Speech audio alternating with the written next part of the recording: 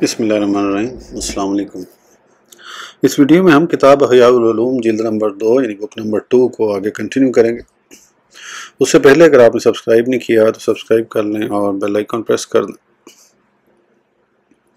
تو شروع کرتے ہیں۔ شرکت، چھٹا عقد۔ شرکت کی 4 اقسام ہیں، ان میں سے 3 باطل ہیں: شرکت معاوضہ، شرکت ابدان، شرکت وجوہ اور شرکت عنان۔ شرکت مفاوضہ۔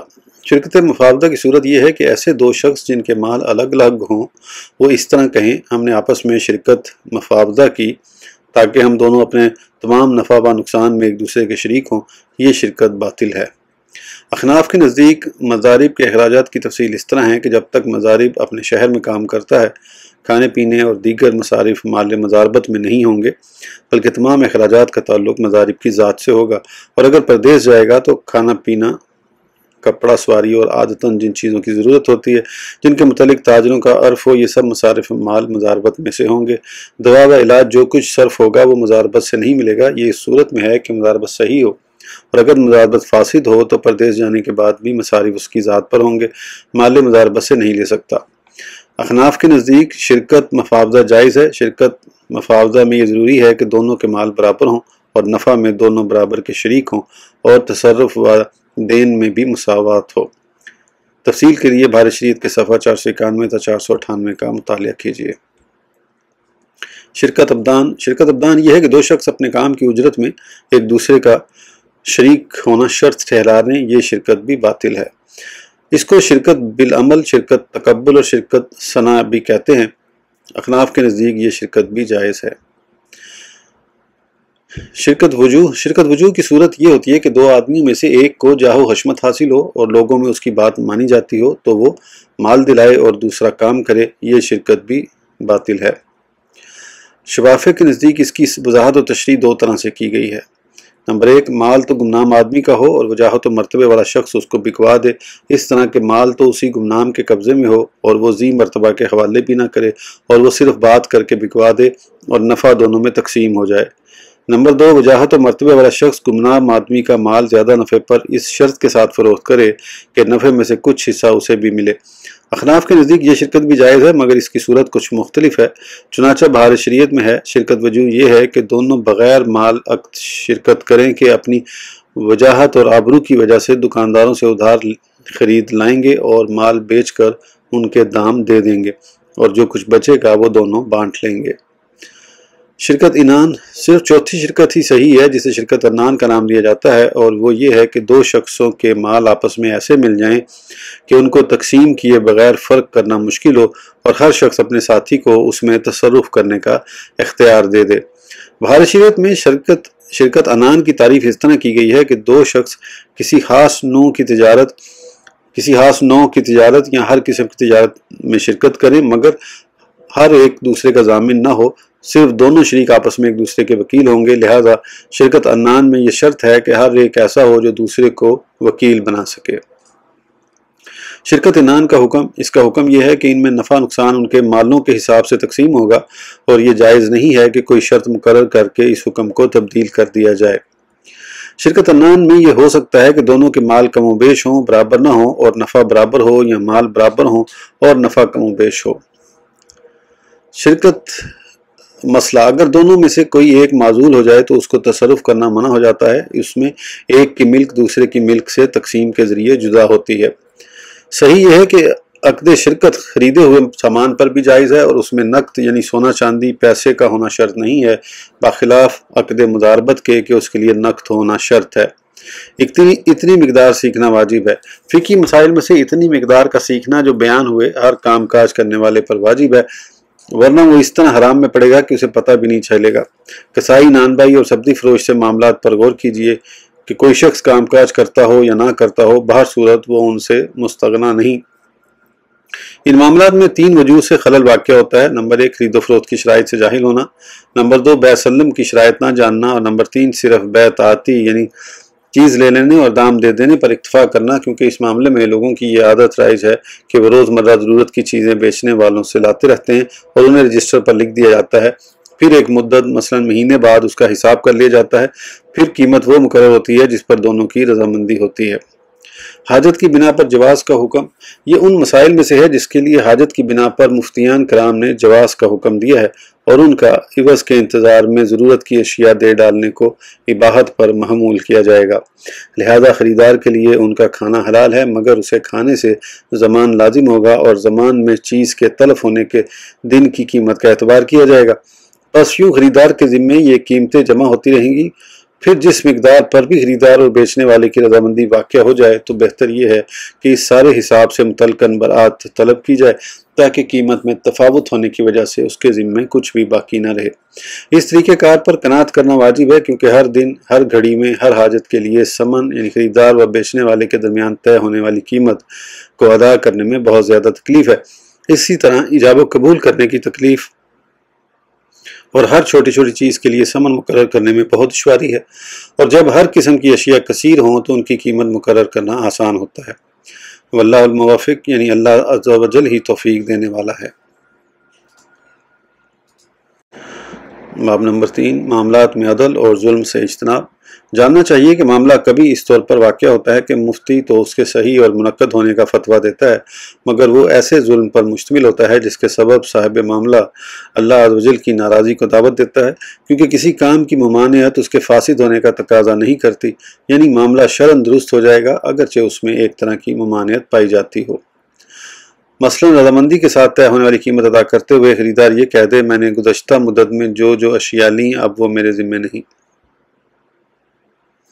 یہ تفصیل تھی 515 پوائنٹ کی، اوپر گزرا۔ معاملات میں ظلم کی اقسام۔ ظلم جس کا مطلب ہے دوسروں کو نقصان پہنچانا، اس کی دو قسمیں ہیں، جس کا نقصان عام اور جس کا نقصان صرف صاحب معاملہ کے ساتھ خاص ہو۔ عام نقصان والا ظلم وہ ظلم جس کا ضرر و نقصان عام ہو، اس کی چند اقسام ہیں: احتکار یعنی ذخیرہ اندوزی اور نقدی میں کھوٹے سکوں کو رواج دینا۔ غلہ بیچنے والا غلے کو ذخیرہ کر کے نرخ کے بڑھنے کا انتظار کرے، یہ عام ظلم ہے اور ایسا کرنے والوں کی شریعت میں مذمت فرمائی گئی ہے۔ چنانچہ ذخیرہ اندوزی کی مذمت پر مشتمل 17 احادیث و آثار: من اخترق الطعام 40 یوما ثم تصدق به لم تکن صدقاته کفارۃ لاحتکارہ، یعنی جس نے 40 دن تک غلے کو ذخیرہ کیا پھر اسے صدقہ کر دیا تو یہ اس کی ذخیرہ اندوزی کرنے کا کفارہ نہیں بنے گا۔ من اخترق الطعام 40 یوما فقد بری من اللہ و بری اللہ منہ، یعنی جس نے 40 دن تک غلے کو ذخیرہ کیے رکھا وہ اللہ عز و جل سے اور اللہ عز و جل اس سے بری ہے۔ منقول ہے کہ ذخیرہ کرنے والے نے گویا کہ پوری انسانیت کو قتل کر دیا۔ خلیفہ چہارم امیر المومنین حضرت سیدنا علی المرتضیٰ کرم اللہ وجہہ سے مروی ہے: من اخترق الطعام 40 یوما کاسا قلبہ، یعنی جو شخص 40 دن تک غلہ ذخیرہ کیے رکھے تو اس کا دل سخت ہو جاتا ہے۔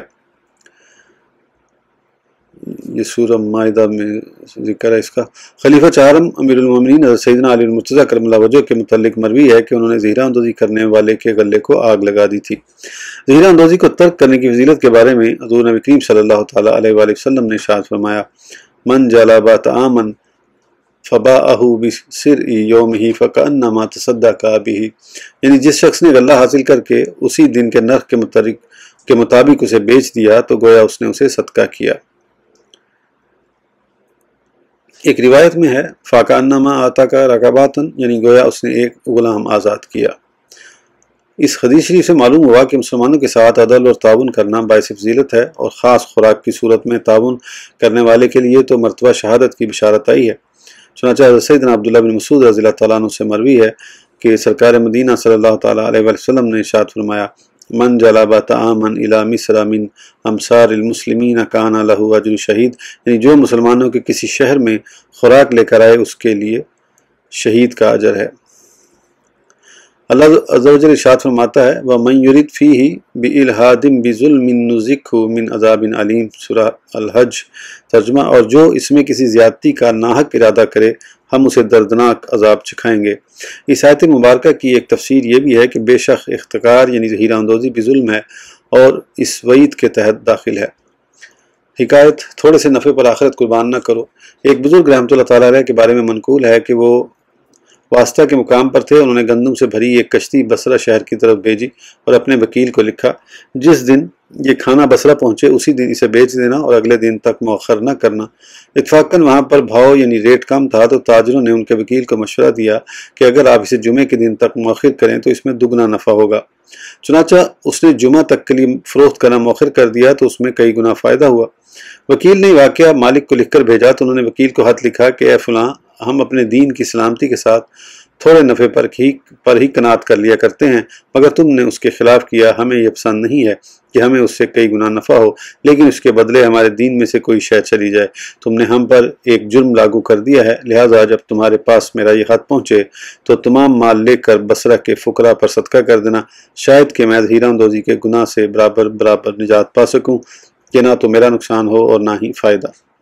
احتکار کہاں منع اور کہاں جائز؟ جان لیجئے کہ ظہیرہ اندوزی کی ممانعت مطلق ہے اور اس میں نظر کرنا دو چیزوں کے ساتھ ہے، وقت اور جنس۔ جنس اس کے لحاظ سے ممانعت تمام غذائی اجناس میں جاری ہوتی ہے، لہذا جو اشیاء غذائی اجناس میں سے نہیں ہیں اور نہ ہی غذا پر مددگار ہوتی ہیں، مثلا دوائیں، بوٹیاں اور زعفران وغیرہ، ان میں ظہیرہ اندوزی کی ممانعت نہیں، اگرچہ یہ کھائی جاتی ہیں۔ اور جو چیزیں غذا پر معین و مددگار ہوتی ہیں، مثلا گوشت، پھل اور ان کے قائم مقام وہ اشیاء جو بعض حالتوں میں غذائی اجناس سے بے نیاز کر دیتی ہیں، اگرچہ ان پر مداومت یعنی ہمیشگی اختیار کرنا ممکن نہ ہو، ان کے بارے میں ممانعت کا حکم محل نظر ہے۔ بعض علماء نے گھی، شہد، تل کا تیل، پنیر، زیتون اور ان کے قائم مقام دیگر اشیاء میں بھی اس کی حرمت کو عام رکھا ہے۔ وقت یہ بھی ممانعت کے تمام اوقات میں عام ہونے کا احتمال رکھتا ہے۔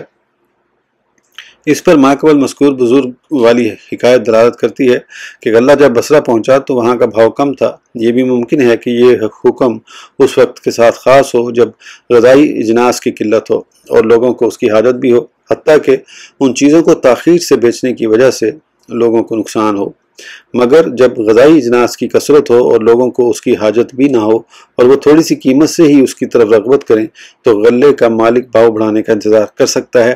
ایسا کرنے میں لوگوں کا کوئی نقصان نہیں، لیکن قحط پڑنے کا انتظار نہ کرے، اور اگر زمانہ قحط کا شکار ہو، شہد اور تل کا تیل وغیرہ ذخیرہ کرنے سے لوگوں کو ضرر و نقصان پہنچتا ہو تو پھر اس کی حرمت کا ہی حکم ہوگا۔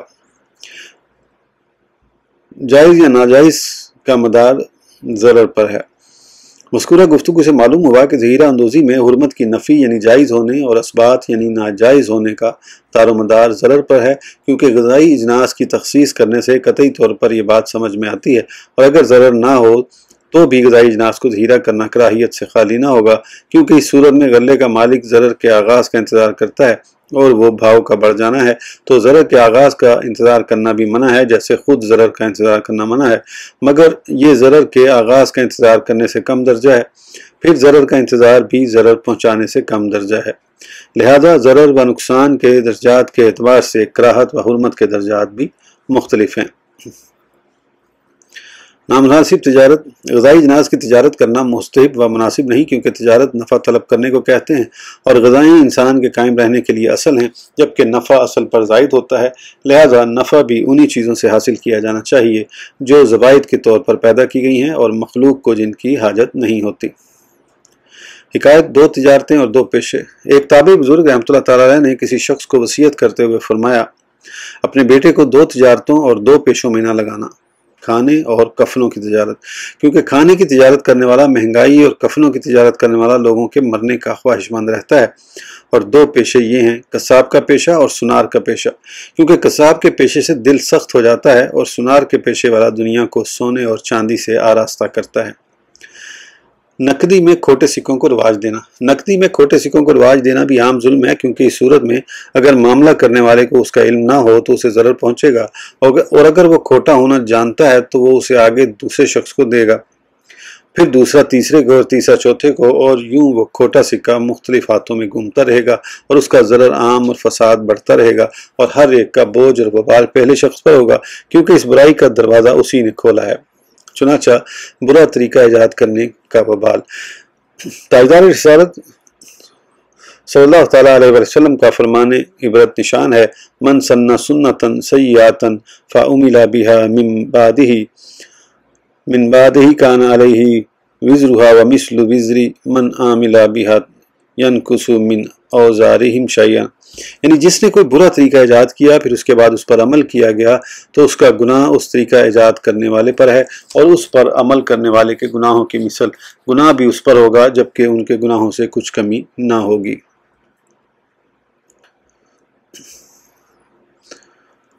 اس ویڈیو کے لیے اتنا ہی، پھر انشاءاللہ اگلی ویڈیو میں آگے کنٹینیو کریں گے۔ اس سے پہلے سبسکرائب کرنا نہ بھولیں۔ اجازت دیجیے، اللہ حافظ۔